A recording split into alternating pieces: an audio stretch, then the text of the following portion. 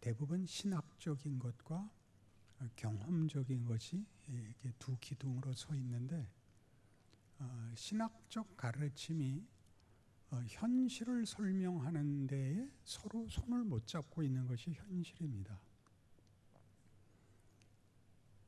가장 큰 이유는 조직신학 때문일 것입니다. 조직신학이 우리의 이해를 위하여 성경을 주제별로 나눠서 설명을 시도하여 우리를 납득시키려는 학문적 편리성을 이용했기 때문에 성경을 전체를 드라마로 읽는 데에 그것이 많이 방해가 되곤 합니다. 그래서 느닷없이 조직신학을 얘기하는 이유는 우리에게 그게 이해가 쉽습니다. 그러나 소설을 단어별로 나눠버린 것이 되었습니다. 여러분 잘 아시는 대로 사전은 가나다 순으로 개념을 설명하고 있고, 소설은 사전에 나오는 단어를 다 쓰는 것이 아니라 어떤 줄거리를 이루어서 그 저자가 전달하고 싶은 내용을 우리에게 공감시키는 것이 소설입니다. 그러니까 우리들이 가지고 있는 한국 교회에서의 현실은 신학이 우리를 구원시켜 준 건 물론 아니지만, 우리가 받은 구원과 구원을 얻은 이후에 일어나는 현실적 신앙생활과 목표, 방법, 이해 같은 것들의 신학적 도움을 당연히 받아야 되죠. 종합과 균형을 위해서. 그러나 아까 말한 대로 이것이 조직신학적으로 이해되는 바람에 여러분의 성경을 보시면 여러분들이 성경에 밑줄을 그은 것 때문에 성경 읽는 게 방해가 되는 것과 똑같습니다. 문맥이 없이 지당하신 말씀만 파편식으로 남아서 세상에서 말하는 설교란 이런 뜻입니다. 누가 무슨 질문을 하거나 누가 느닷없는 그 행동을 했을 때 문맥을 고려치 않고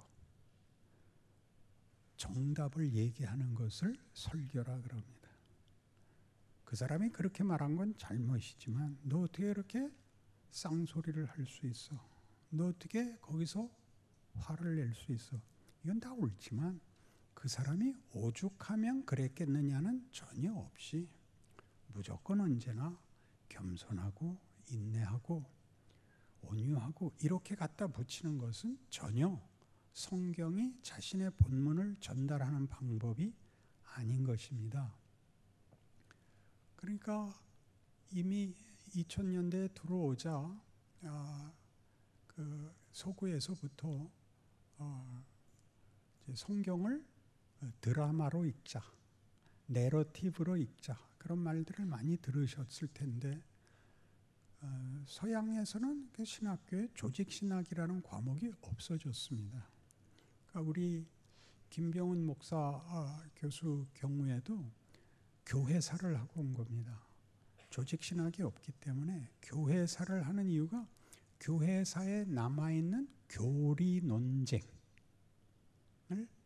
배워와서 우리나라에는 아직 조직신학이 신학의 가장 중요한 꽃이기 때문에 아직도 조직신학 위주가 되어 있는 겁니다.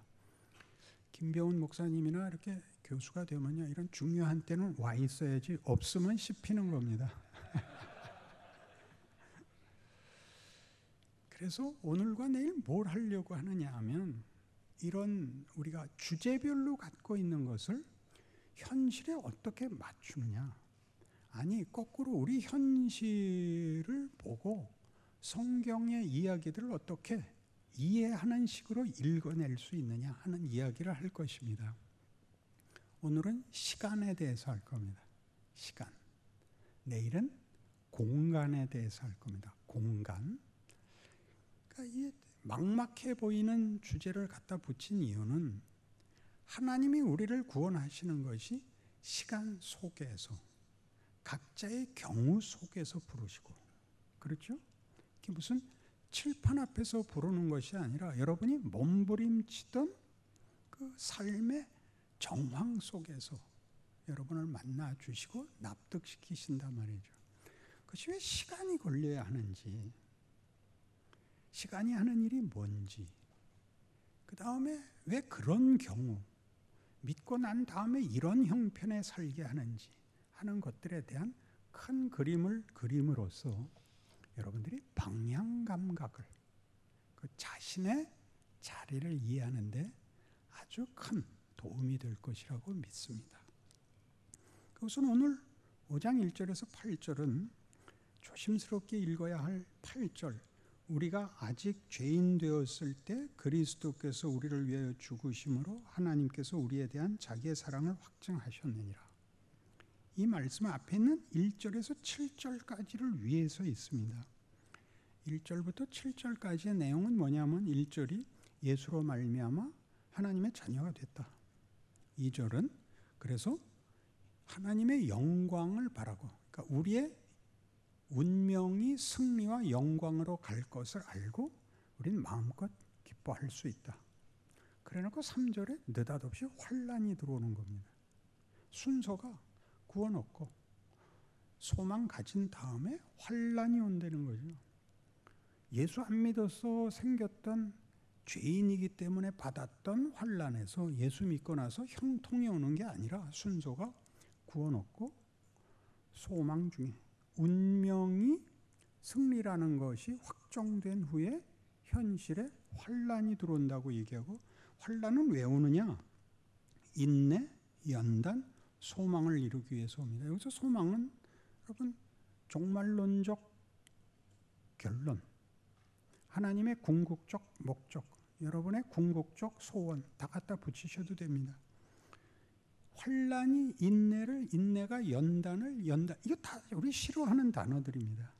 환난, 인내, 연단 이런 거 다 싫죠. 뭐가 좋습니까? 감사, 기쁨, 축복, 형통, 자랑 이런 게 와야 되는데 그런 약속 하나도 없고 환난, 그걸 인내해야 된다. 연단 받아서 소망으로 갈 것을 믿는다. 소망은 궁극적 승리일 것입니다. 근데 그 소망이 실패하지 않고 그 소망이 우리의 운명이 될 거라는 것을 뭘로 믿느냐? 예수를 봐라, 이렇게 된 겁니다. 하나님이 우리를 그 궁극적 승리로 끌고 가기 위해서 자기 아들을 주신 것을 봐라, 이렇게 됐거든요. 우리가 정신이 번쩍 나는 게 뭐냐 하면 예수를 보내서, 메시아를 보내서 고난받고 오해받고 수치스럽게 죽어버리는 방법을 쓰는 그런 신이 어디 있어요? 그런데도 우리는 십자가로 말미암아 예수로 말미암아라고 얘기를 하면 성육신의 고난과 그 모욕과 그 오해와 그 배신 같은 것들은 다 없고, 그게 무슨 필사적인 각오, 처절함이라는 단어로 뭉뚱그려 놓고 그 다음에는 그냥 다 부활, 승리, 경상도 발음으로 성리. 우리 경상도 동문 하나가 테니스 대회에서 이기고 와서 목사님 저 우승했어요. 그래서 뭐라고? 성리했다고요. 무슨 소리야? 버이, 빅토리. V도 버이예요.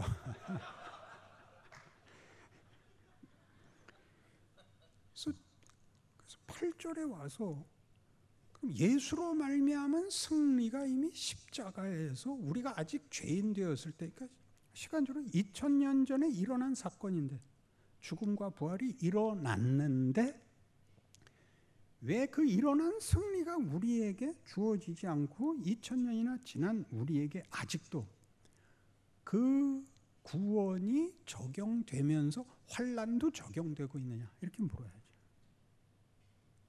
1절, 2절에서 일어난 것이 현실인 것 같이 3절도 다시 일어나고 있다. 이걸 물어봐야죠. 왜 하나님은 그렇게 일하시는가? 하나님이 그렇게 일하시는 이유는 환난은 인내를, 인내는 연단을, 연단은 소망을 이라고 얘기함으로써 이것이 어떤 자라나는 이야기랍니다. 자라나는 이야기. 자라난다는 것은 선언, 고백, 헌신 이런 단어들이 추상명사로 존재하는 것이 아니라 한 존재의 이해와 본질로 채워지는 과정이 있다고 얘기를 하는 것입니다. 그럼 이 얘기를 성경은 어떻게 하냐면 예수를 믿었으니 예수 안에서 자라라. 우리 쉽게 얘기하는데 예수를 믿고 난 감격과 그때 했던 고백과 그 초심으로 돌아간 진정성을 가지고 내 인생을 승리해라. 이렇게 얘기하는 것은 아직도 성경이 얘기하는 시간을 이해하지 못해서 이런 말이 나와요. 그래서 본인의 신앙이 기대만 못하고 또는 소원은 했으나 실패했을 때는 우리는 어디를 의심하게 되냐면 도대체 내 구원은 진짠가? 내가 뭘 잘못해서 내 인생이 고달픈가? 왜 하나님이 이런 고통을 주시며 내 실패를 막아주시지 않는가? 라는 식의 혼돈스러운 질문을 다시 해야 돼요. 그래서 한국 교회에 가장 지금 문제되는 것이 기도입니다. 특히 주일날 공기도인데 회개하고 말아요. 그러니까 지나간 잘못을 고백하여 씻는 것이 전부인 기도가 돼 있지 그게 뭔지 아직도 우리가 회개할 거리가 반복되는 게 무엇인지에 대한 이해가 없기 때문에 신앙생활을 적극적으로 한 얘기가 없어요. 꿈 같은 얘기들만 하죠. 중국을 주시옵소서, 시진핑이 내 앞에 와서 무릎 꿇게 해주옵소서, 이런 말도 안 되는 소리들만 해죠. 허황되다 말이죠. 내 현실을 이해할 수 없으니까 여기서 도망가기 위해서 말이 안 되는 책임질 수 없는 얘기들을 함으로써 이 혼돈에서 도망을 가고 변명을 하게 됐어요. 여기까지 무슨 말인지 잘 아시죠? 그래서 이 5장 8절 얘기가 무슨 얘기인지를 이해해야 돼요. 하나님은 2000년 전에 예수 안에서 구원을 이루셨습니다. 우리는 태어나기도 전에 구원을 받았고 구원의 승리가 확정이 되어 있습니다. 그런데 하나님이 시간을 주어서 우리로 하여금 아담의 후손으로 새삼스럽게 태어나서 예수를 만나 중생하게 하시고 아담의 후손인 DNA를 가지고 예수로 인한 부활의 DNA와 갈등을 겪으면서 우리 인생을 살아내라고 합니다. 차근차근 가보죠. 여러분 무슨 말인지 이해가 안 가는 건 당연합니다. 그렇지만 현실적으로 지금 한 얘기들이 여러분 속에 다 있습니다. 의심, 불만, 갈등, 체념, 분노가 신앙 현실의 가장 중요한 단어들 아닙니까?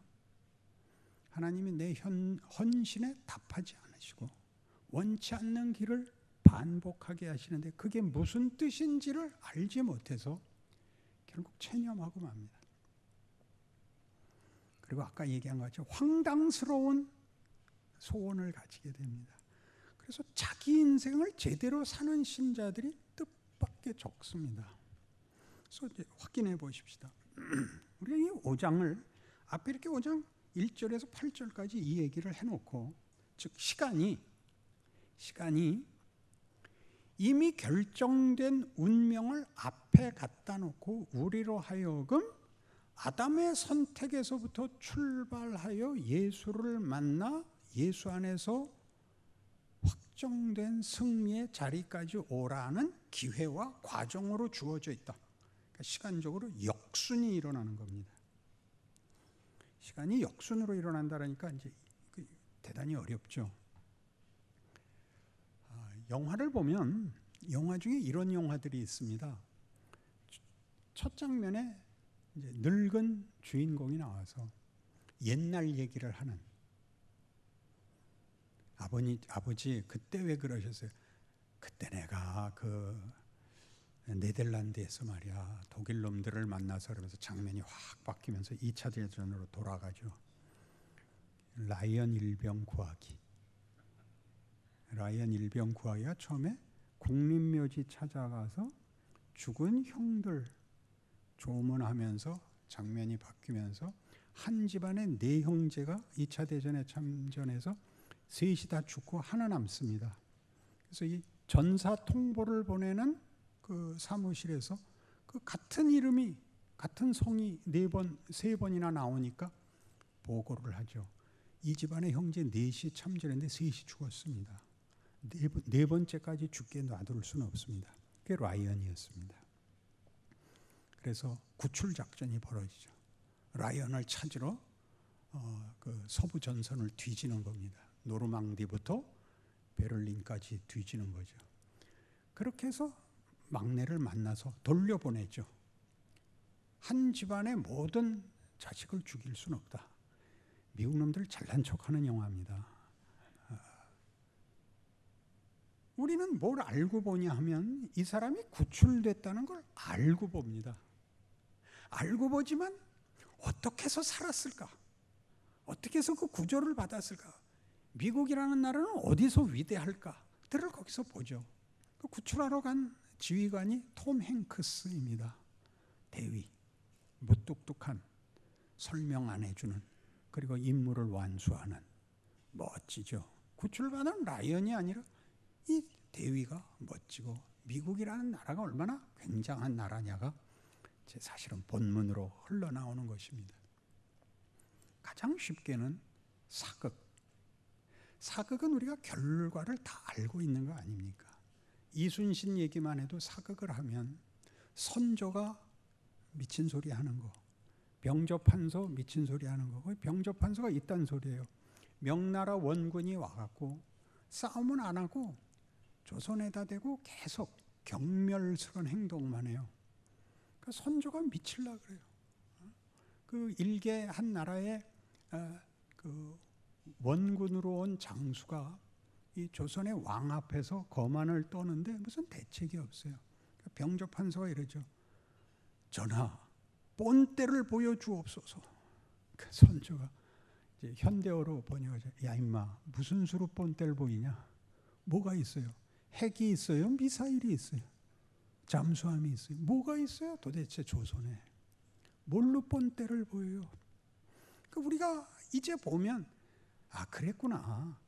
본때를 보이려고 그랬는데 선조가 못나서 못했구나가 아니라 야 저 병조판서 지금 국방부 장관이에요. 국방부 장관쯤 되었거든. 저게 지금 전황이 어떻게 돌아가는지, 국력이 어떻게 되는지, 현실이 되는지 개뿔도 모르는구나. 지금 보면 거기서 뭐라 그랬어야 되는가?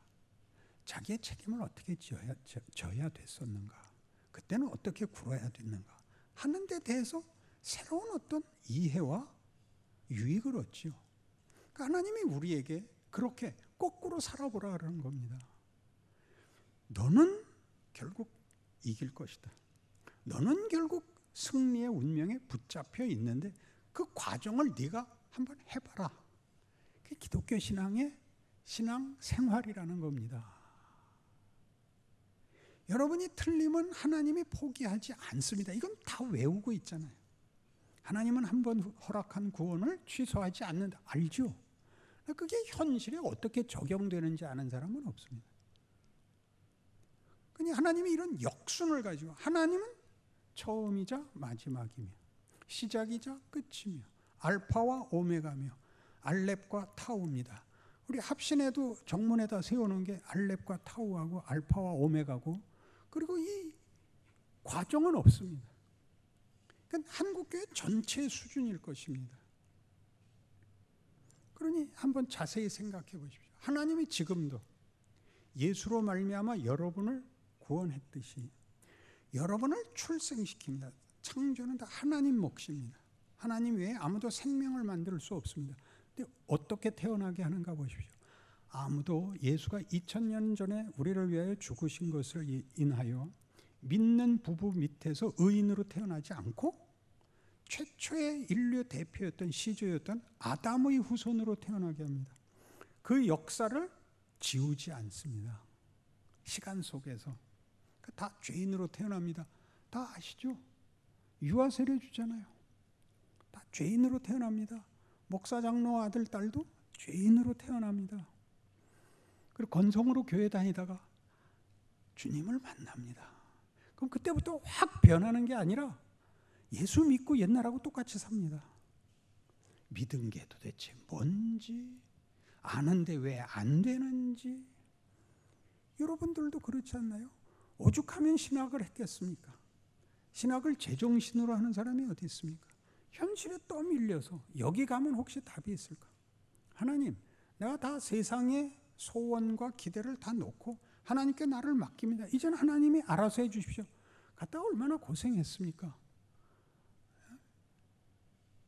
공부란 공부는 죽도록 하고 박윤선 목사 이하는 다 죽여버리는 그 학교에서 어떻게 간신히 살아남았는데 목회지도 원하는 만큼 기대만큼 보상을 받는 사람은 없습니다.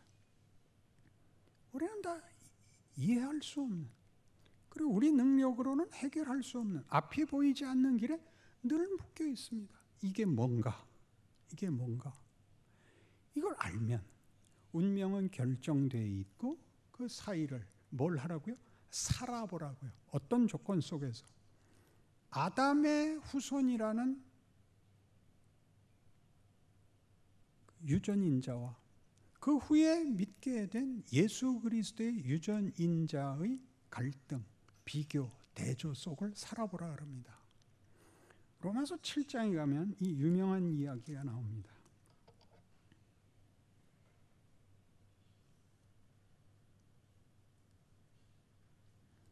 7장 7절 그런즉 우리가 무슨 말을 하리요? 율법이 죄냐? 그럴 수 없느니라. 율법으로 말미암지 않고는 내가 죄를 알지 못하였으니 곧 율법이 탐내지 말라 하지 아니하였더라면 내가 탐심을 알지 못하였으리라.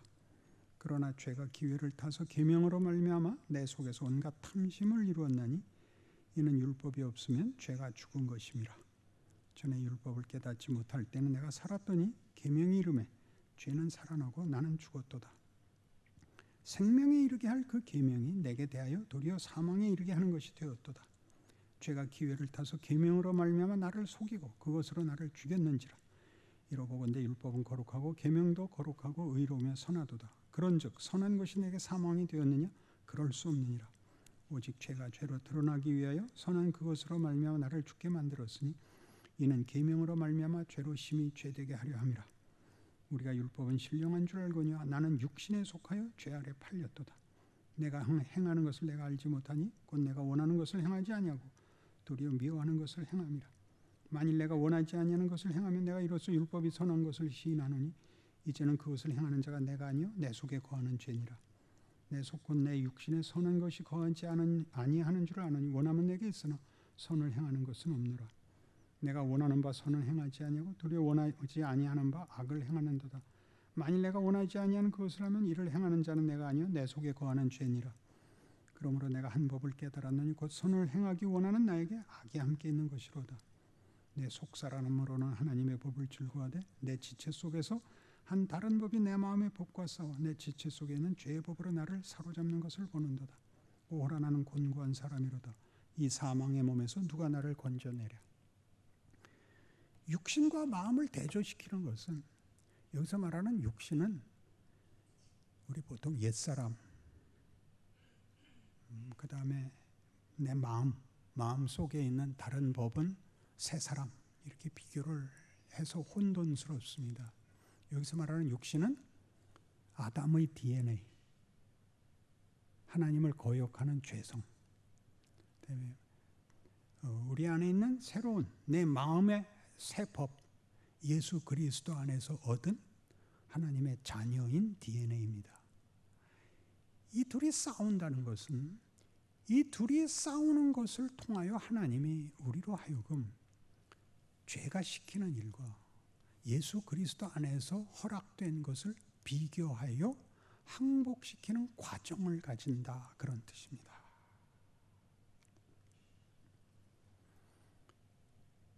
겸손의 경우를, 겸손은 아무리 노력해도 생기지 않습니다. 겸손을 떨 수는 있지만 겸손해지지 않습니다. 겸손은 언제 생기느냐 하면 자기가 사람들 중에 제일 못났다는 치명적인 실수로 골백 번 해야 생깁니다. 이 세상에 미워하거나 경멸할 사람이 없다는 걸 알게 되면 겸손해집니다. 몇 년 걸릴 것 같습니까? 60년은 최소한 걸립니다. 나이는 이렇게 흘러가 버리고 지나가 버리고 그래서 쇠퇴하는 게 아니라 누적이 되는 겁니다. 고목이 되듯이. 한 인생의 시간은 청춘이가 팔팔할 때 제일 힘이 내는 게 아닙니다. 하나님은 우리가 있기를 바라고 우리가 완성되기를 바라지 우리를 써먹으려고 인생을 주지 않습니다. 그래서 이 갈등이 우리한테 늘 있습니다. 오호라 나는 곤고한 사람이로다. 이 사망의 몸에서 누가 나를 건져내랴. 그래놓고 뭐가 나와요? 그 유명한 8장으로 넘어가기 직전 7장 25절. 우리 주 예수 그리스도로 말미암아 하나님께 감사하리로다 합니다. 그럼 예수로 말미암아 이 둘의 갈등이 없어진다가 아니라 그런즉 내 자신이 마음으로는 하나님의 법을 육신으로는 죄의 법을 섬기노라. 그 갈등이 있는데도 불구하고 예수 그리스도로 말미암아 감사하리로다가 터지고 그러는 이유를 8장 1절이 그러므로 이제 그리스도 예수 안에 있는 자에게는 결코 정죄함이 없나니 이는 그리스도 예수 안에 있는 생명의 성령의 법이 죄와 사망의 법에서 너를 해방하였음이라가 나옵니다. 결국 생명의 성령의 법이 이긴다. 가라. 해봐라. 겁내지 마라. 이렇게 나오는 겁니다. 예수를 잘 믿으면 이 갈등이 없어지고 늘 승리하고 완벽해지는 게 아니라 정말 나라는 사람이 경험 속에서 모든 경우 속에서 분노를 없애는 방법이 뭐냐? 기도해서가 아니라 분노는 결단코 이를 해결하지 못한다는 걸 배우는 경험을 통해서입니다. 화는 내봤자 소용이 없습니다. 나보고 사람들이 변했다 그러는데 나이를 먹어서 그럽니다. 제가 다 해봤습니다. 저야 뭐 신랄한 사람이죠. 제 젊었을 때 설교를 보십시오. 분명하고 확실하고 날시퍼런 사람이었습니다. 그런 것으로 해답이 나오거나 무슨 수술하듯이 무슨 재단하듯이 사람이 만들어지지 않는다는 것을 하나님이 내 속에서 이 아담의 DNA로 나를 무너뜨리는 것 속에서 항복하고 원망하고 체념하고 도망가고 한 모든 것들을 통하여 예수 안에서 이룬 구원을 풍성하게 완성하는 과정으로 하나님이 시간을, 역사를, 인생을 하나님의 지혜와 능력으로 우리에게 주었다는 걸 성경 말씀이 증언하고 있다는 사실을 알게 되게 된 겁니다. 그럼 여러분, 지금쯤 여러분들도 속에 끓는 어떤 털어버릴 수 없는 자책, 털어버릴 수 없는 어떤 위기, 털어버릴 수 없는 이 막막함들이 여러분의 영혼과 여러분이라는 존재를 계속 파고 계속 채우는 하나님의 손길인 것입니다. 사람은 평안한 것은 기억이 나질 않습니다. 기억나는 건 다 잊을 수 없는 과오들입니다. 잊을 수 없는 과오들. 그것이 일을 합니다. 하나님이 그 속에 우리를 집어넣어서 환난을 만나게 하십니다. 바깥쪽 환난 얘기는 내일 할 겁니다. 내적 환난이 있죠. 어떤 환난이요? 예수를 믿고 감동하고 확신하고 헌신했는데 왜 이 모양이냐? 평생 하나님이 우리 안에서 하는 일입니다. 제가 젊었던 시절에 70년대 초에 한국에 부흥이 시작이 됐죠.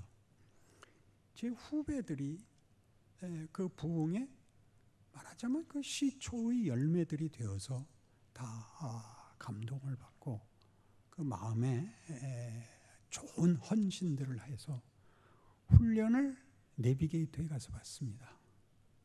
그리고 돌아와서 저를 찾아왔죠. 저는 그들이 저한테 한 3년에서 5년쯤 후배들인데 그들의 모든 정신과 인생을 장악하고 있던 선배입니다. 이들이 헌신하고 교육받고 돌아와서 맨 처음 한 말하자면 신앙적인 모범적 실천이 형님은 왜 인생을 그렇게 사십니까? 이거였습니다. 형님 구원의 확신이 있으십니까? 모르겠는데 형님 구원 받으셔야 됩니다. 난 내가 구원이 필요한 사람이라고는 도저히 납득할 수 없었습니다. 나는 아브라함과 이삭과 야곱의 하나님을 알며 예수 그리스도를 알고 있습니다. 그러나 그들이 얘기하는 그런 구원 확신은 없습니다. 어느 날 어디서 어떻게 받은 구원은 없습니다.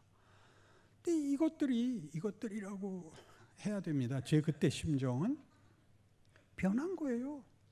가장 모범적으로 살아요. 그리고 대학부를 만들어 가지고 그 후배들을 교육시키기 시작하는데 완전히 사관학교 같이 된 거예요. 근데 전 그게 마음으로 별로 행복스럽지 않았어요. 그 획일화가. 나도 죄짓긴 싫은데 그렇게 획일적이고 그들이 지금 가지는 신앙의 모습들은 인생에 주어진 현실에서 극히 일부분밖에는 살아내지 않더라고요. 그러니까 제가 보기에는 축구 경기장에 줄 긋는 사람 같아요. 줄 똑바로 긋는 사람. 이 왼수들은 지들이 줄 긋는 게 축구장인지 배구장인지도 모르는 것 같고, 물론 축구도 안 하고 배구도 안 해요. 근데 나는 줄 긋는 사람이 아니라 나는 경기장이고 싶은 거예요. 내 스스로 볼을 차보고 싶은 거예요. 그때는 그런 건지 몰랐어요. 뭔가 하여튼 불편했어요. 그 하나님은 나를 그런 모범적인 인생으로 끌지 않고 이쪽 환난과 인내로 몰았어요. 세상 현실을 어떻게 살아야 하는지, 세상이 말하는 식으로 살벌하게 살 그런 비열함을 증오하고, 그러나 외면할 수 없고, 때에 따라서 거짓말도 해야 되고 아첨도 떨어야 되고, 그러나 그런 꼴은 보기 싫고, 이걸 길게 저는 겪었고, 이 왼수들은 지들끼리 사니까 거기는 평화롭더라고요. 속이는 놈도 없고 속일 줄도 모르고, 거기는 정직하며 성실하며 신실하며 공부도 잘하고 병신 같은 놈들끼리 모여서 자기들끼리 칭찬하고, 난 도대체 모르겠는 거예요. 그건 보편적 인생이 아닌 거예요. 보편적 인생이라는 거는 흙탕물 속에서 굴러야 되는 건데, 자기네들끼리 모여서 이게 천국이라고 얘기하는 것을 나는 도무지 이해할 수가 없었습니다. 저는 많은 시험 속에서 보통 사람들이 걷는 것 같이 고민하며 더 많이 잘하려고 노력하며 무너지며 자책하며 숨기며, 그래서 설교에 분노가 나오곤 했던 것입니다. 그래서 누구를 향한 어떤 정죄를 위한 분노가 아니라, 인생이란, 신앙행위란 보기보다 어렵더라, 너 쉽게 얘기하지 마라. 이게 젊었을 때 설교에 가장 많이 튀어나온 분노입니다. 제 어머니가 늘, 야 너는 이상한 데서 왜 성질을 부리냐. 보통은 하면 무슨 결단을 내려야 되거나 무슨 거대한 이상을 발표할 때 성질을 부리는데, 나는 이상한 평범해 보이는 내용에서 갑자기 성질을 내잖아요. 왜냐하면 이것들은 여기가 쉽다 그런단 말이에요. 쉽지 않아요. 인생은 쉽지 않습니다. 일단 세상이 죄가 최고의 권력으로 자리 잡고 있는 환경이 개선되지 않습니다. 그 속에서 우리 보고 신앙생활을 하라 그러니까, 신앙생활을 하려면 죽어야 되고 져야 되는데 죽고 지긴 싫잖아요. 그러니까 우리도 신앙으로는 안 이겨져요. 기도 아무리 해도 해결 안 시켜주니까. 그러니까 굴복해야죠. 타협해야죠. 이건 뭐냐? 이제 평생의 싸움이 된 겁니다. 그래서 분노하죠.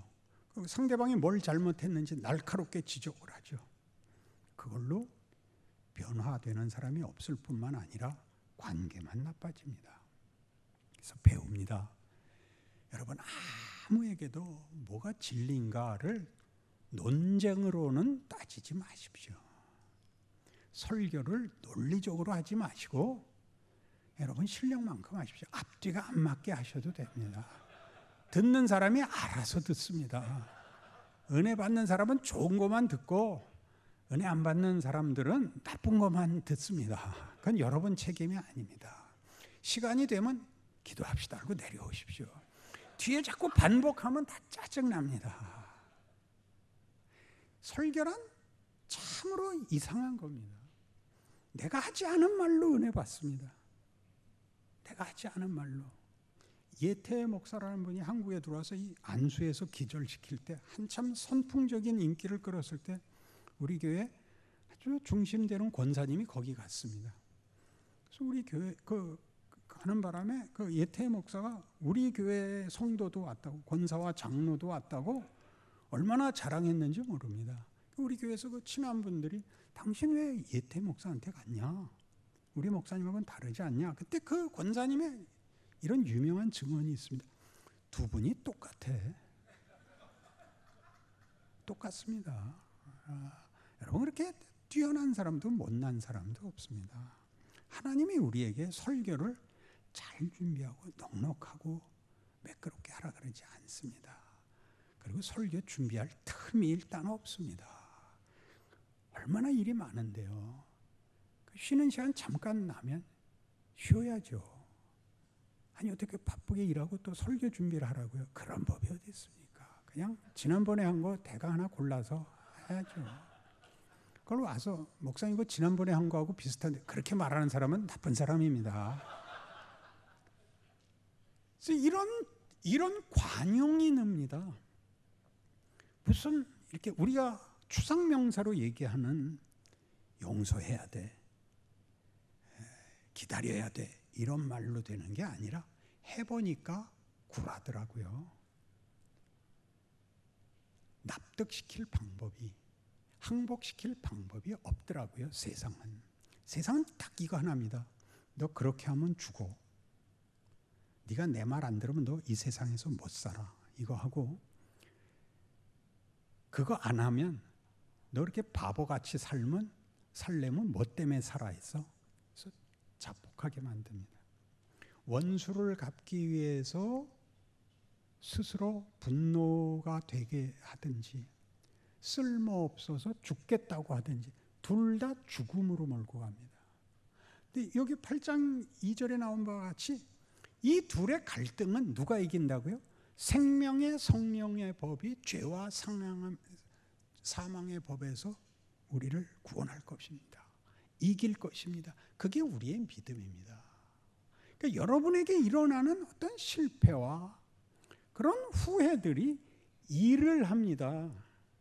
그것 하나하나를 지워버리고 안 하는 도덕성과 윤리성과 유능성의 문제가 아니라 하나님은 모든 데에다가 기적을 담을 수 있는데 우리로 하여금 그 기적의 내용, 존재, 그런 성품, 그런 본질을 갖게 하시기 위하여 나로 살아서 내가 만나고 결정하고 책임지고 후회하고 다시 하고 발전해서 승리의 길로 나아가 그것이 나라는 존재의 내용이 되게 하시는 것을 원합니다. 이 뒷부분이 그게 뭐냐 하는 문제죠. 로마서 8장에 의하면 15절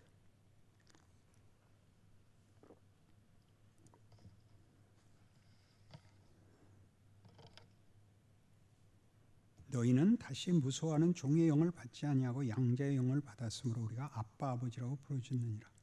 성령이 친히 우리의 영과 더불어 우리가 하나님의 자녀인 것을 증언하시나니 자녀이면 또한 상속자 곧 하나님의 상속자요 그리스도와 함께한 상속자니 우리가 그와 함께 영광을 받기 위하여 고난도 함께 받아야 할 것이니라. 그러니까 고난이 왜 있다고 생각하세요? 세상을 이기기 위해서 고난이 있는 게 아니라 우리 자신이 완성되기 위하여 하나님이 준 과정, 방법이라 말입니다. 예수의 구원도 보면 우리를 구원하시는 하나님의 구원도 선포, 무슨 초월성으로 하지 않고 구체성으로 합니다. 성육신, 하나님이 우리를 구하기 위해 인간으로 몸뚱아리를 입고 시간 속에 들어오셔서 제자들을 가르치시고 그것들 다 배신하고 도망가고 설마 죽을 줄은 몰랐고 끝까지 쫓아갔던 베드로마저도 결국은 포기할 수밖에 없었던, 정말 죽어버리는, 말이 안 되는, 그래서 끝장인 엠마오로 가는 두 제자가 우리는 그가 메시아인 줄 알았노라. 그러나 불행히도 그는 죽고 말았노라. 그래서 우리가 이렇게 엠마오로 가고 있느라 예수님이 뭐라 그래요? 야, 이 빙신 같은 놈들아, 내가 너희들한테 뭐라 그랬냐? 다시 생각해봐라. 내가 얼마나 많이 얘기했고 구약의 모든 예언이 메시아가 고난을 통하여 구원을 이룬다고 도대체 몇 번을 말했냐? 그래서 눈깔이 튀어나왔다. 그 안에. 알아들어요? 못 알아들어요? 하나님이 이루신 구원도 구체성을 가지고 육체와 시간과 공간과 사건 속에서 그걸 이루어내듯이 우리 각각의 구원의 완성도 시간과 공간과 육체와 시간이라는 우리의 현실의 모든 정황, 그때 상황, 그때 묶여진 모든 조건 속에서 이럴까 저럴까, 이게 맞나 저게 맞나, 이런 모든 염려, 걱정, 막연함, 에라 모르겠다들이 다 합쳐서 뭘 만든다고요? 세상이 하는 위협과 세상이 하는 시험은 결국 사망으로 우리를 끌고 가고 헛되고 예수 안에 있는 것만이 우리를 진정한 가치와 승리와 명예로 이끈다를 알게 됩니다. 그래서 어떤 고백을 하게 됐냐 하면, 제 경우에는 어느 날 어떤 목사님, 청년 집회하는 목사님의 초청으로 젊은이들 2,000명 모인 데 갔었습니다. 저보고 한번 와서 청년 집회를 인도해달라 그래서 난 애들한테 못 간다. 왜 못 옵니까? 문화 차이가 나서 말투, 단어, 예화가 안 통합니다. 그것들은 그레고리 팩을 모르지 않습니까? 여러분은 아십니까? 그레고리 팩 로마의 휴일을 알아야 얘기를 할 거 아니에요. 이것들은 몰라요. 배노도 우리가 본 배노하고 얘네들 본 배노는 다른 거 아시죠? 새로 만든 배노에는 그 배노와 메살라의 증오가 없어요. 그 어떤 놈이 이렇게 병신같이 만드는 줄 알았어요.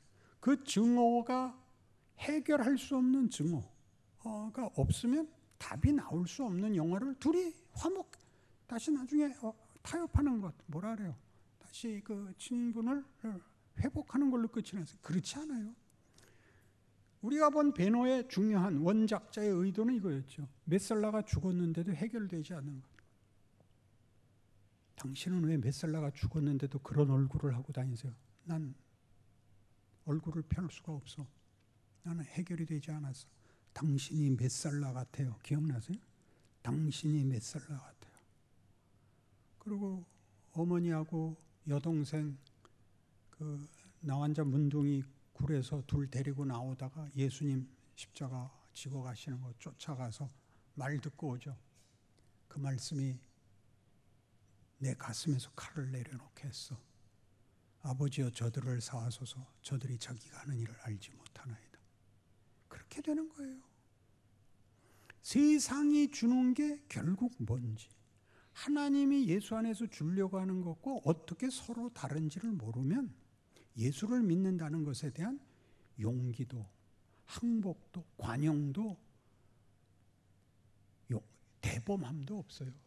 그러니까 제가 젊은이들한테 좋다 가자 해서 갔어요. 간단하게 설교하고 이렇게 간증을 했어요. 예수를 믿는 것은 위대한 겁니다. 여러분, 세상이 여러분에게 얘기하는 건 다 헛된 것입니다. 지금은 그게 맛있어서 다 쫓아다니고 예수 믿으라는 말이 무슨 말인지 모를 겁니다. 기독교만이 인간은 사랑, 용서, 이해, 관용, 자비, 긍휼을 베풀어야 되는 존재라고 얘기하고, 세상은 이겨야 되고 속여야 되고 죽여야 된다고 얘기합니다. 나는 기독교가 구라래도 좋습니다. 이 간증을 알아먹었을까요? 당연히 못 알아듣습니다. 그러나 어느 날 자기가 구원을 받으면 기억이 날 것입니다. 우리는 이 앞선 사람이 필요합니다. 이것이 도덕적 가치를 갖고 있기 때문에, 종교적 가치를 갖고 있기 때문에 이 말들을 선언하는 것으로는 아직 멀은 겁니다. 인간이라는 존재는 우리가 이해하고 기대하는 것보다 훨씬 커서 기독교가 말하는 인간이라는 존재는 정말 그렇습니다. 에베소서 1장에 나오는 대로 우리는 하나님의 영광의 찬송이 되는 것입니다. 하나님을 위하여가 아니라 하나님이 우리를 거기까지 요구하셨다는 것을 아는 그런 감격입니다. 하나님은 정말 하나님다우십니다. 우리를 이런 창조물을 만드셨으니까요 라고 얘기하는 겁니다. 그것을 어디서 해보라고요? 여러분이 실력이 있으면 문제가 어려울수록 좋지요. 학교 다닐 때, 고등학교 다닐 때 전 당구 300 쳤거든요. 그러니까 공부는 자연히 등수가 300등쯤 됐습니다. 제일 공부 잘하는 놈들에 대해서 아무 불만이 없었는데 딱 어느 때만 불만이냐면 이것들이 시험이 이번에 너무 쉬웠다고 선생님한테 항의할 때가 제일 미웠습니다. 그 왼수들은 왜 시험 문제가 어렵기를 바라죠? 실력이 있잖아요. 우리는 왜 쉽기를 바라죠? 우리 다 아는 거죠. 우린 실력이 없는 겁니다. 하나님이 우리 앞에 우리가 처음에는 만나면 백전백패하는 그런 환경 속에서 우리를 구원하십니다. 그래서 구원받은 게 오히려 괴롭습니다. 오죽하면 이런 대각성 운동 때 미국에서는 이런 말이 유행이었습니다. 천막 집회를 합니다. 교회당은 작고 부흥시기에 회집하는 인원은 너무 많아서 들판에 천막을 치고 포장이 안 된 길이었기 때문에 비가 오면 질척질척합니다. 그러니까 텐트 안에 의자를 놓고 가운데 톱밥을 깝니다. 그래서 톱밥길을 걷는다는 것은 예배 마치고 구원 초청 때 앞 강단으로 나온 것을 말합니다. 톱밥길을 걷는다. 그래서 이렇게 되어 있습니다. 부흥시기의 고백은 톱밥길을 걷고 되돌아 나와서 천막 앞에서 추록에 치여 죽는 게 최고다. 뭐 아무것도 모르시는군요. 왜 그런 말이 나왔을까요? 그 다음에 다 실패하니까. 그 실패가 실제로 나를 만드는 것이다라고 생각하는 적이 없죠. 당연히 여러분 이 질문이 나올 것입니다. 그럼 뭐 때문에 열심히 신앙생활을 해야 되는가? 로마서 6장 1절을 읽죠. 그런즉 우리가 무슨 말을 하리요? 은혜를 더하게 하려고 죄에 거하겠느냐? 그럴 수 없느니라. 죄에 대하여 죽은 우리가 어찌 그 가운데 더 살리요? 무릇 그리스도 예수 앞하여 세례를 받은 우리는 그의 죽으심과 합하여 세례를 받은 줄 알지 못하느냐? 그러므로 우리가 그의 죽으심과 합하여 세례를 받음으로 그와 함께 장사되었나니 이는 아버지의 영광으로 말미암아 그리스도를 죽은 자 가운데서 살리심과 같이 우리로 또한 새 생명 가운데서 행하게 하려 함이라. 은혜를 얘기하면 당연히 무슨 반론이 나오냐 하면 은혜가 값없이 주어진다면 뭐 때문에 열심히 살아야 되느냐가 나옵니다. 공짜라며. 그러니까 제가 이 성경 본문을 이해시키는 예화입니다. 여러분 학교 공짜로 붙여주면 학교 안 갈랍니까? 학교를 붙여주면 가서 배워야 할 거 아닙니까? 그렇지 않습니까? 난 공짜로 붙여줘서 안 가도 돼. 또 가면 또 공짜로 붙여줄 거야.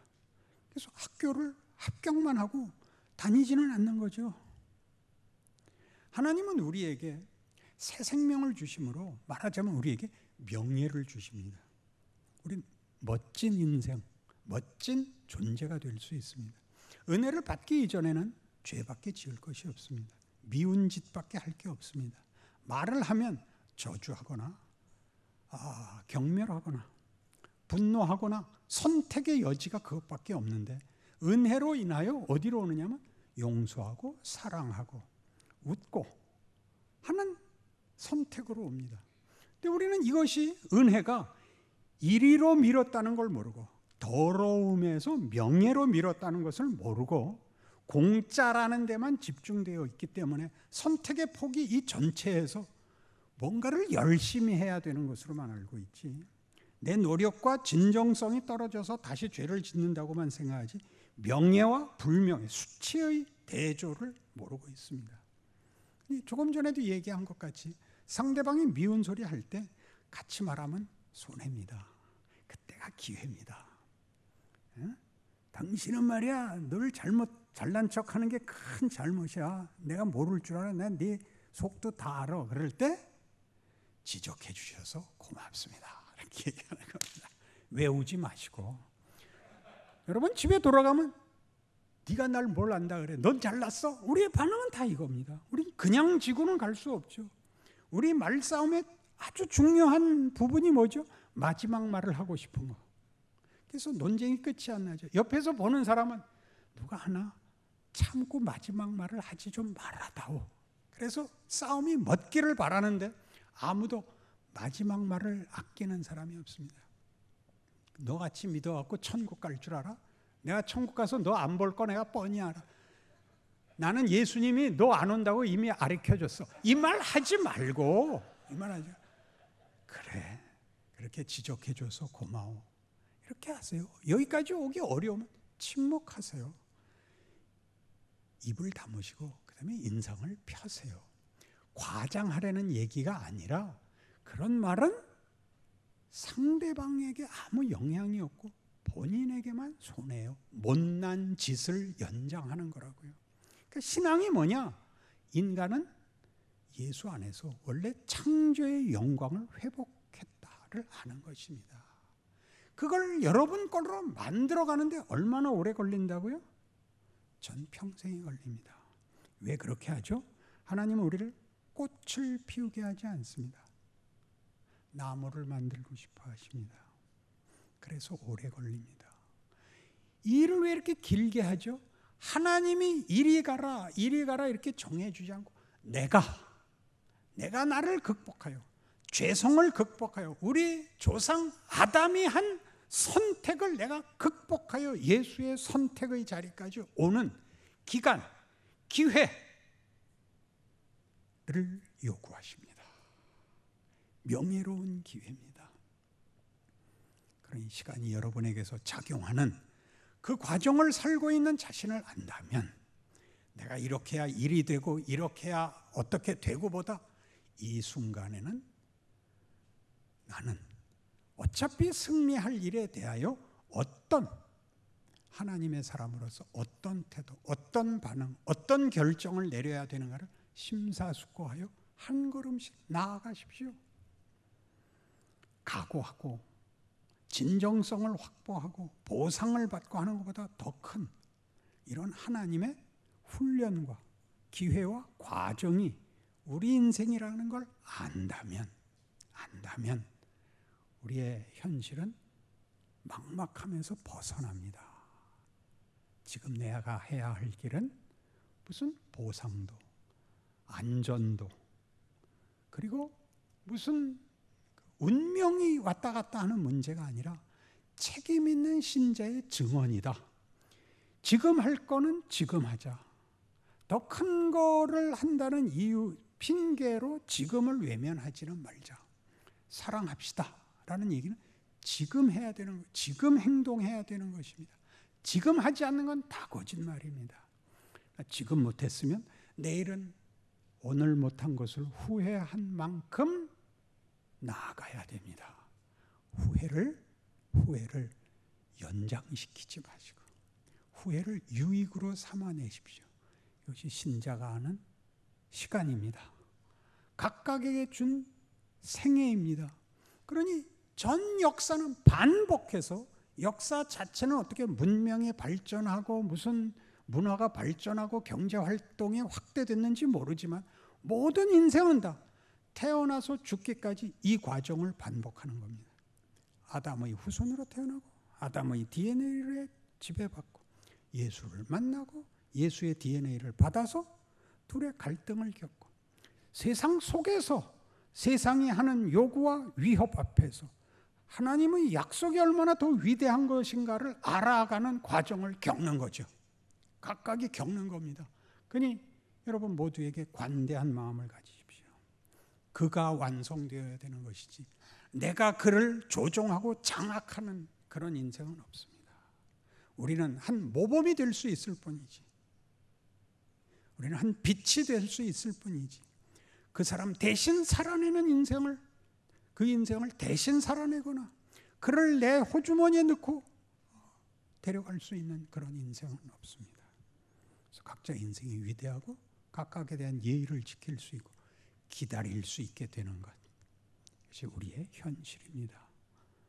이런 이해가 여러분의 사역과 인생에서 모두의 감격으로 나타나시기를 바랍니다. 기도하십시다. 하나님 아버지, 하나님은 지금도 여전히 일하십니다. 우리 각각에게 일하십니다. 우리 모두가 이 성경의 약속 속에 있고